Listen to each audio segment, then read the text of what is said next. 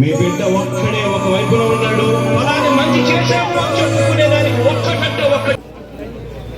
దయచేసి ఇక్కడ కూర్చున్నాడు అమ్మా, బాబిట్ రండి. వార్డ్ లీడర్స్ అందరూ కూడా మీటర్లు పెట్టయాకండి అని చెప్పి ఆ రోజు ఎగేసి పెట్టాను.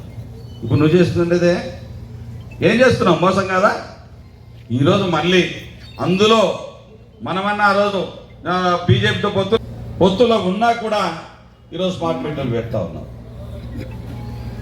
నేను చేతులు ఎత్తాలా ఇచ్చినాడనే వాళ్ళు వద్దు, ఈయన పెద్దలే సగం మందికి ఇచ్చినట్టున్నాడే.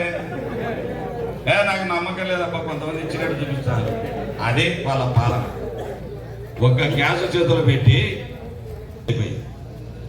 నిలదీయండి అన్నా, మాకు రావాల్సిన 26,000 ఒక సంవత్సరం బాగిన్నాం. ఆ బాగి కట్టు 2 సంవత్సరాలకు పథకం అని చెప్పలే కదా మాకు. నువ్వు చెప్పింది సంవత్సరం ప్రతి పథకం ఇస్తామన్నావు. నువ్వు చెప్పిన పేరు ఏం మాంత్రికం వేలు ఓ బిల్ పటాఫట్ ఓ నీకు అన్నీ అయిపోయినాయి.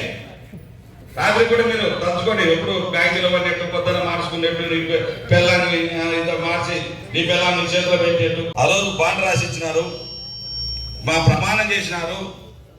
మా ఎన్ఎస్ఏ ఇవే కాకుండా చంద్రబాబు నాయుడు ఏమన్నాడు, జగన్మోహన్ రెడ్డి పథకాలను కొనసాగిస్తూ కొత్త పథకాలు కూడా ఇస్తాను.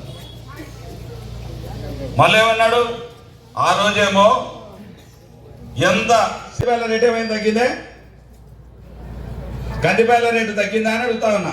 శనగపాయల రేటు తగ్గిందే, నూనె రేటు తగ్గిందే. ఎక్కడైనా కొట్లేమో 2,600 రూపాయలు 2,700 రూపాయలు జగనన్న హయాంలో అమ్మాం. ఈరోజు చూస్తే 1,300 కొట్లు. మిర్చి రైతులకు ఒకరు 1,00,000 రూపాయలు నష్టం. ఎర్రగుంటలో పొగాకేసుకొని 14. ఇవన్నీ మడ్డలు మనభంగాలు జరుగుతూ ఉన్నాయి. దేనివల్ల జరుగుతూ ఉన్నాయి? 4 మడ్డలు జరిగినాయి మన నియోజకవర్గంలో. అన్ని మద్యం మడ్డర్లే. రాత్రి వేళలో తాగడం, స్కెచ్ గీయడం, అన్ని లేపడం, దాని చేదోడుగా వీళ్ళు నాయకులు నిలబడ్డాం గ్రామాలలో. మీరు ఇస్తున్నటువంటి సుపరిపాలన తొలేడు ఇదేనా? ఇదేనా అని అడుగుతున్నా. ఏం చేశారని సుపరిపాలన? ఇది తొలేడు కాదు, లాస్ట్ అడుగు. ఇదే లాస్ట్ అడుగు వాళ్ళకు. అయిపోయింది, ఎత్తిపోయింది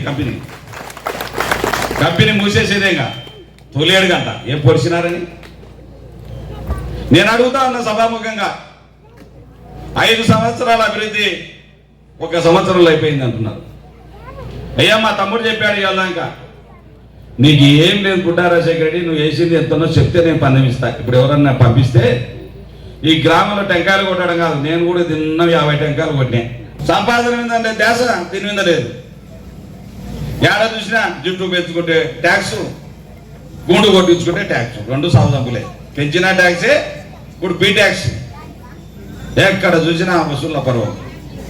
బోలే ఆత్మకూరులో మన చెప్తా ఉన్నా, అన్న మా ఇంట్లో పంట సబ్బు వేసుకోవాలంటే 2 బోలేలు తెచ్చుకుంటే 60 రూపాయలు లెక్క అన్న అని. ఎవరిని లారీలు పెట్టనియరు, ఎవరిని ఇసుక దోలనియరు, కంకర దోలనియరు. మద్యం ఏర్లైపోతా ఉంది రాత్రి వేళల్లో. బెల్ట్ షాపులు మసీదుల పక్కన పెడతారు షాపులు. మన ముస్లింలు ఆలోచించుకోవాలి, హిందువులు ఆలోచించుకోవాలి. ఒక దేవస్థానం పక్కన పెడతారు, గుడి వద్ద పెడతారు, బడి వద్ద పెడతారు, మసీదు దగ్గర పెడతారు, చర్చిల దగ్గర పెడతారు. ఇవన్నీ దుర్మార్గం కాదు. ప్రజలు నిలదీసే రోజుల్లో త్వరలో ఉంది.